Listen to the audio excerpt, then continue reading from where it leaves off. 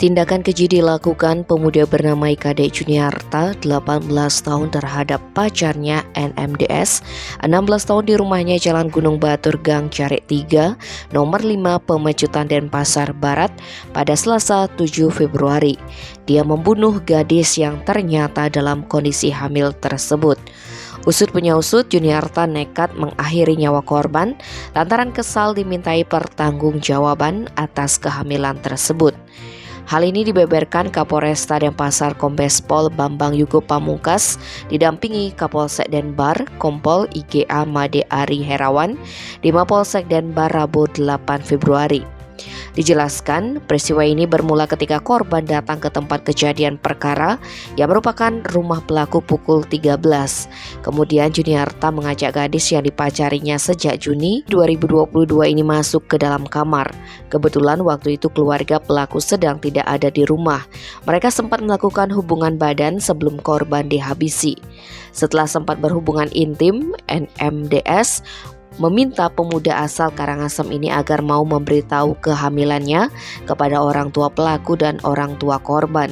Namun kala itu pemuda berbadan kurus ini mengatakan masih belum siap karena masih mengumpulkan biaya untuk menikah.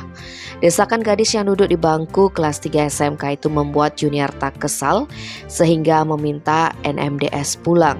Mirisnya saat korban hendak pulang, tak diduga Juniarta malah menjerat leher gadis itu menggunakan selendang dari belakang. NMDS sempat berontak untuk melepas jeratan tersebut. Setelah berhasil lepas dan selendang itu jatuh, pemuda kejam ini lanjut mencekik leher korban dengan kedua tangannya sampai lemas dan pingsan. Korban yang sudah tidak sadar lantas ditarik ke ruang tamu. Juniarta mengambil selendang yang jatuh kembali dipakai untuk menjerat leher kekasihnya sampai meninggal. Juniarta memang menghendaki kematian korban. Setelah NMDS tak bergerak, pelaku melepas jeratan selendang dan tubuh tak bernyawa gadis ini ke gudang. Korban diletakkan dengan posisi duduk di depan pintu, lalu pelaku pergi mengantarkan nasi ke warung ibunya. Pada pukul 17, kakak pelaku Niluh Putu Anggi pulang ke rumah dan mendapati NMDS. Wanita itu mengira korban pingsan dan menelpon ibunya untuk memberitahu soal itu. Karena hal ini Juniarta pulang ke rumah lagi dan akhirnya mengakui kalau orang yang pingsan tersebut adalah pacarnya dan dia habis mencekiknya karena terus meminta pertanggungjawaban untuk menikah.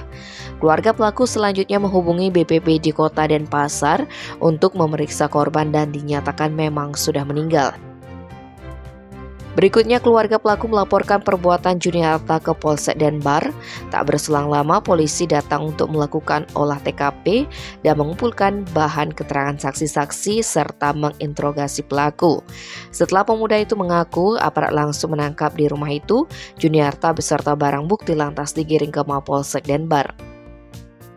Atas perbuatannya Juniarta disangkakan pasal berlapis yakni pasal 80 ayat 3 Jungto pasal 76C Undang-Undang Nomor 35 Tahun 2014 tentang perubahan atas Undang-Undang Nomor 23 Tahun 2022 tentang perlindungan anak dengan ancaman hukuman paling lama 15 tahun dan denda paling banyak 3 miliar rupiah.